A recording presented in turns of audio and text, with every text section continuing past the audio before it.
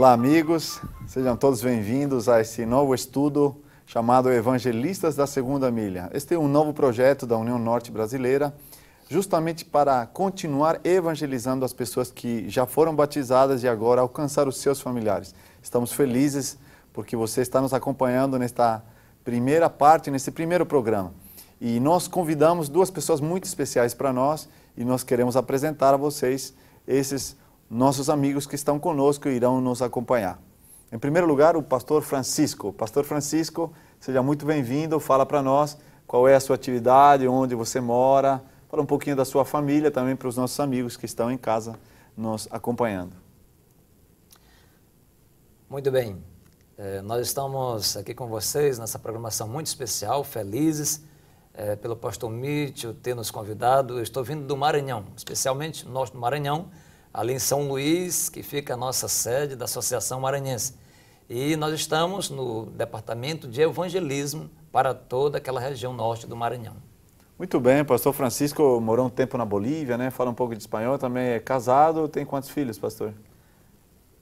Sou casado, tenho 2 filhos, e os 2 filhos já estão casados. Tenho um, graças a Deus, que está servindo ao Senhor também, já está no ministério. Um filho pastor, então? Filho pastor. Muito bem. Já é avô ou não? Ainda não. Muito novo, né?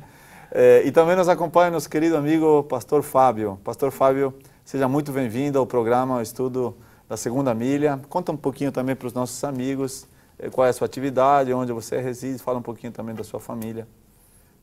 Eu trabalho ali na região do sul do Maranhão, precisamente na cidade de Imperatriz, e nós ajudamos a cuidar ali da área do evangelismo, do discipulado e da proclamação do evangelho ali naquela região de Imperatriz e sul do Maranhão.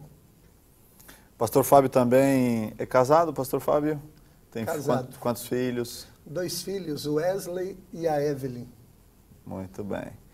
Muito bem, 2 convidados assim muito especiais para nós e certamente esse estudo vai ser muito profundo acerca da Bíblia Sagrada. A nossa proposta é que você possa interagir conosco, você já possa se assentar ali no lugar confortável, possa pegar a sua Bíblia, uma caneta, um papel, porque nós vamos ter uma abordagem completamente diferente dos outros estudos bíblicos que você já deve ter participado. Nós vamos abordar temas um pouco mais difíceis da Bíblia, de forma que você tenha certeza que vai gostar e vai ser relevante também para a sua vida.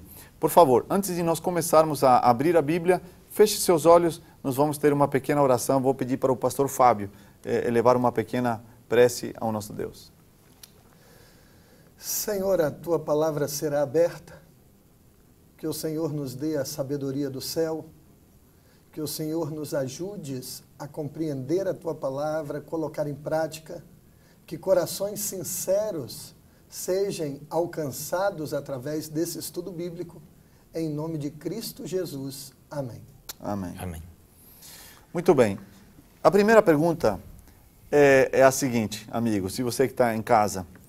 Se Deus existe, por que a Bíblia não diz qual é a sua origem? Ou será que a Bíblia fala sobre a origem de Deus, quando que Deus começou, como é que ele surgiu?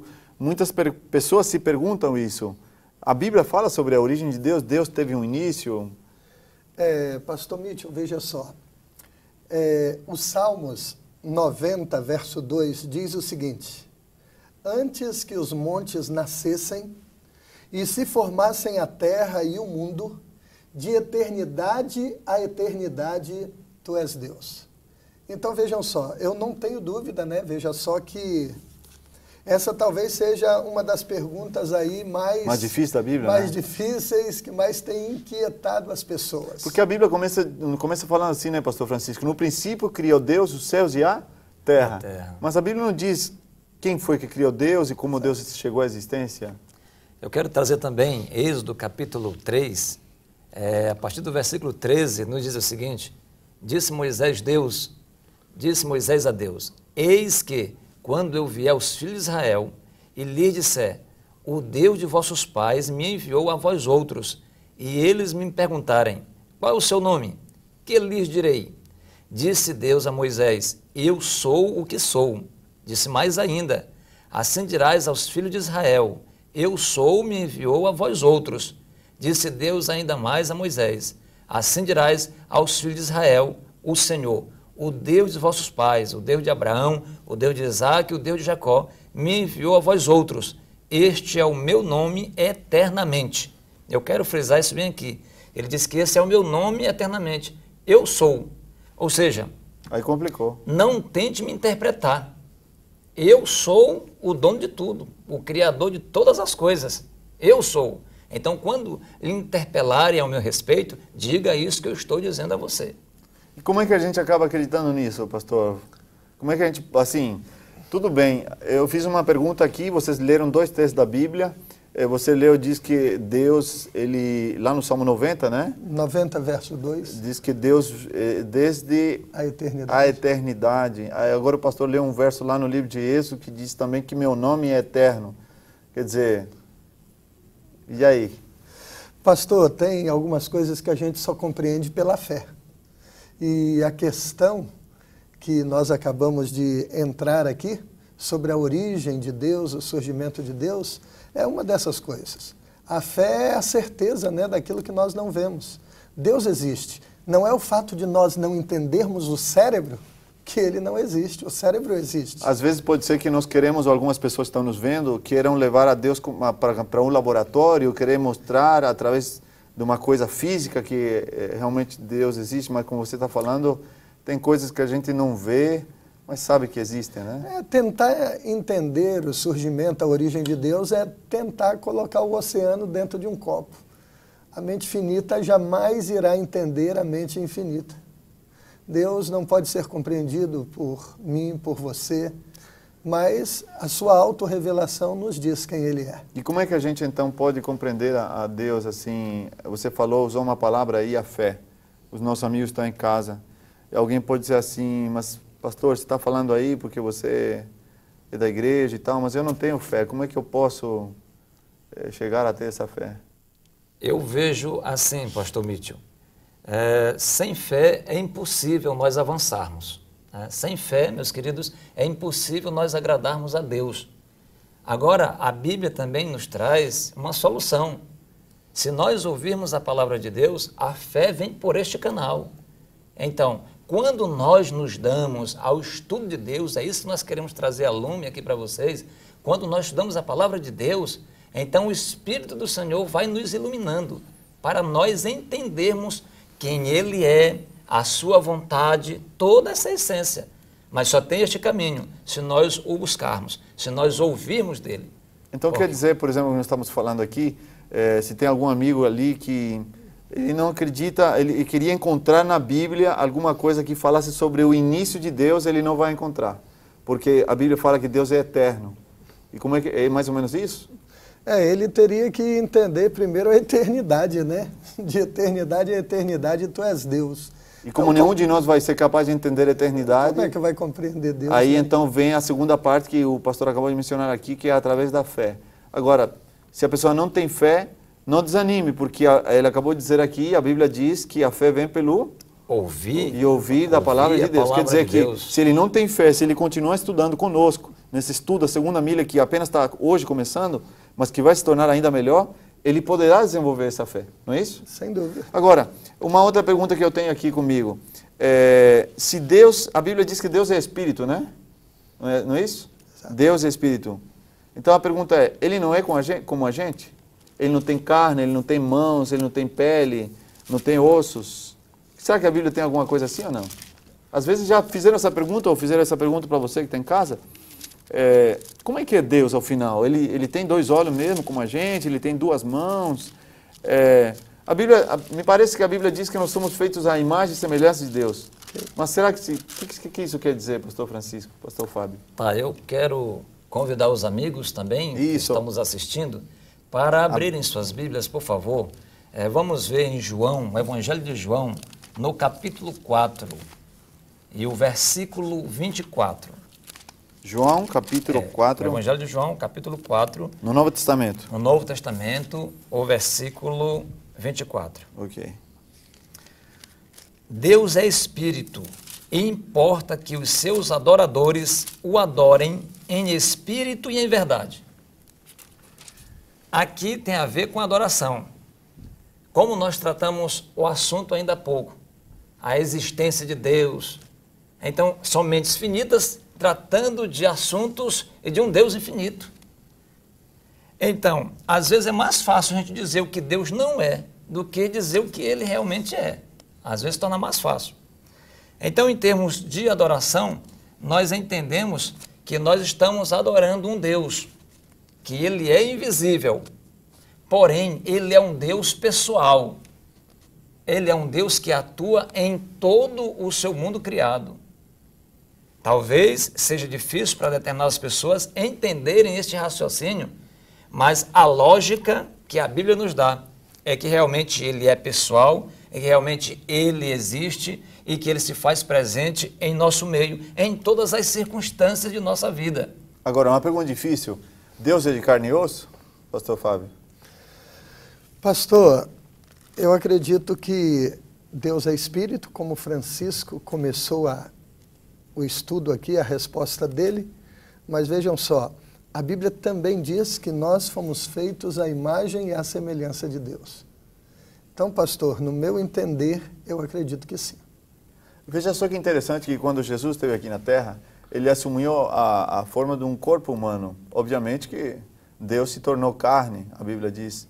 Mas também, por outro lado, a Bíblia fala que quando Jesus voltar pela segunda vez, os nossos corpos serão transformados e nós vamos viver a eternidade. A gente vai falar sobre outro estudo com relação a isso, mas certamente esse corpo vai aguentar viver a eternidade, não como um corpo de hoje, mas vai aguentar viver a eternidade. Ora, se esse corpo vai viver a eternidade, que é o corpo daqueles que foram criados à imagem e semelhança de Deus, provavelmente a gente não pode afirmar, porque a Bíblia não diz assim especificamente nisso, Deus também tenha um corpo que seja semelhante, muito superior ao nosso, glorificado, com todas as coisas que não tem a ver com pecado, mas que também deve ser a cópia original, por dizer assim, daquilo que como nós fomos criados, não é isso?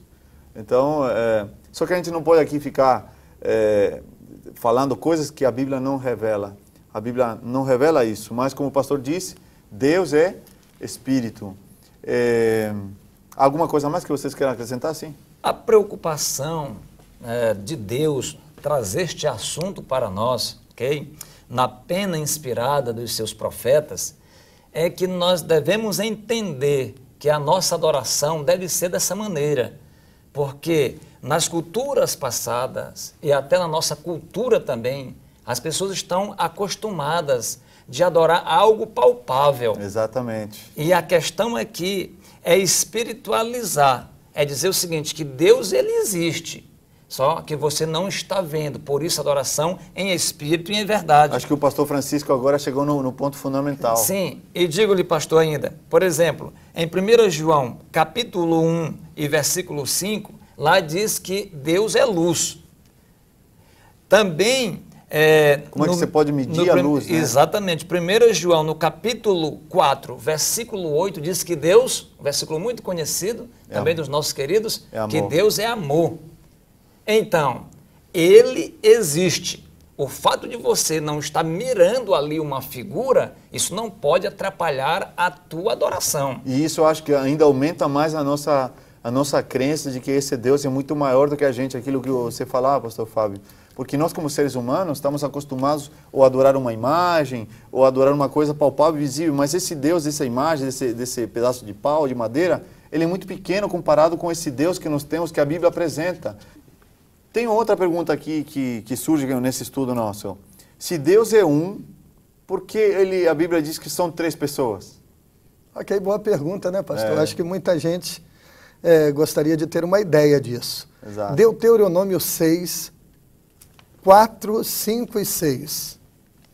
Ouve, ó Israel, o Senhor nosso Deus é o único Senhor. Amarás, pois, o Senhor de todo o teu coração e de toda a alma e de toda a tua força. Olha que coisa linda. Ouve, ó Israel, o Senhor nosso Deus é o único Deus. Então, pastor, olha só, Deus, ele é único. Nós não adoramos aí um Deus Pai, um Deus Filho e um Deus Espírito Santo. Nós adoramos Deus Pai, Filho e Espírito Santo, que são 3 pessoas diferentes, porém eternas. 3 pessoas, eu diria, distintas e coeternas. Uma unidade de 3 pessoas. Você consegue entender isso aí, pastor? Sim, querido pastor, quando da criação, então ali estava presente o Pai, Filho e Espírito Santo. Façamos o homem a nossa imagem e semelhança. Lá na Torre de Babel também, a expressão ela é igual. Ela disse, confundamos. Desçamos e confundamos. Né? Quer dizer que mais de uma pessoa, né? Mais de uma pessoa. Está provado, então, que a divindade é composta de 3 pessoas. Como o colega pastor Fábio já mencionou, okay? São pessoas distintas, porém, eles formam um Deus só. Como é que é isso, pastor Fábio? Como é que nós podemos explicar melhor para os nossos queridos ouvintes? Sabe, não há dificuldade.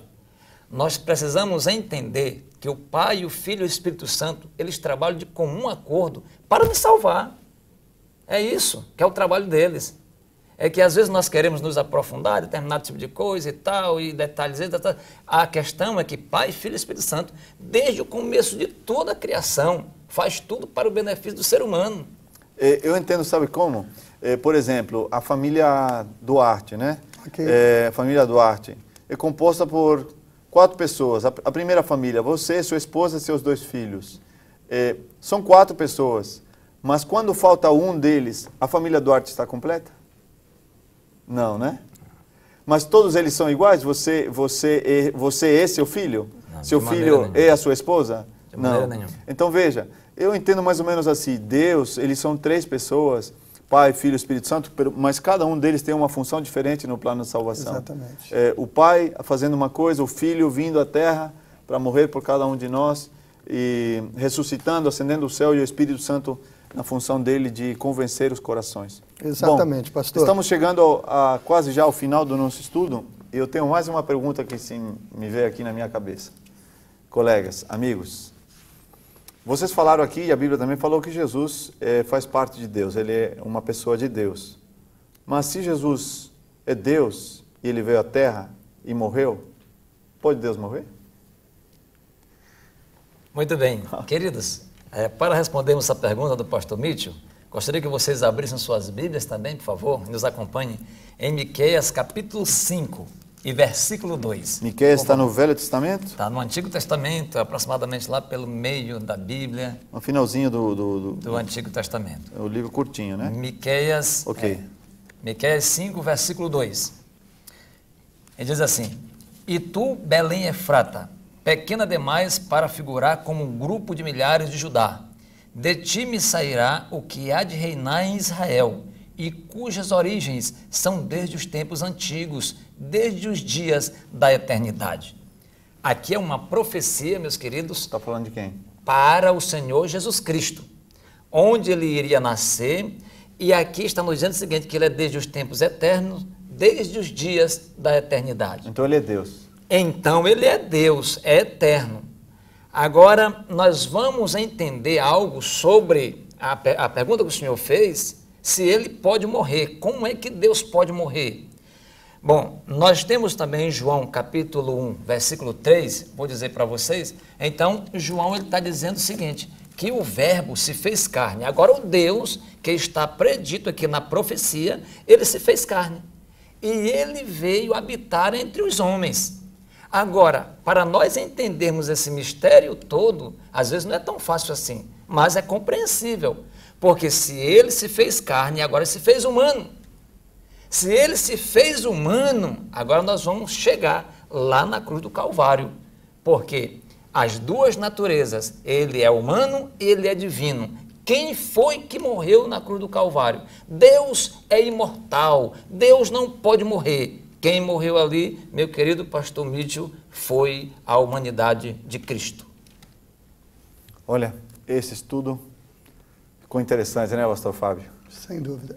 Aprendemos hoje que Deus não pode ser explicado pela Bíblia completamente, porque a Bíblia é apenas um livro que fala e revela Deus, mas não revela a sua origem, porque ele é eterno, não poderia ter o início. Quando é que Deus faz aniversário? Não podemos precisar. porque Ele já existe muito antes de nós existirmos. A nossa mente é muito pequena, muito finita. E aprendemos também que Ele é Espírito e que Ele não é um pedaço de pau, nem um pedaço de madeira, Ele está além de todos esses símbolos, desses objetos, porque Ele é um Deus que transcende, um Deus que está muito além dos nossos pensamentos. E aprendemos também que, embora Eles sejam três pessoas diferentes, Ele é o único Deus que está preocupado com nos salvar. Que uma das pessoas, a pessoa de Jesus Cristo, veio a essa terra para morrer por cada um de nós. Querido amigo, estamos chegando ao final do nosso estudo. E talvez a coisa mais importante que nós queremos que fique gravada no seu coração é que esse Deus é um Deus que lhe ama, um Deus que guarda você, um Deus que cuida você, um Deus que acompanha a sua família, um Deus que enxerga as suas dores, enxerga os seus problemas, e um Deus que está preocupado, acima de todas as coisas, em levar você para o reino celestial. Que Deus lhe abençoe. Nos encontramos no próximo estudo da Segunda Milha.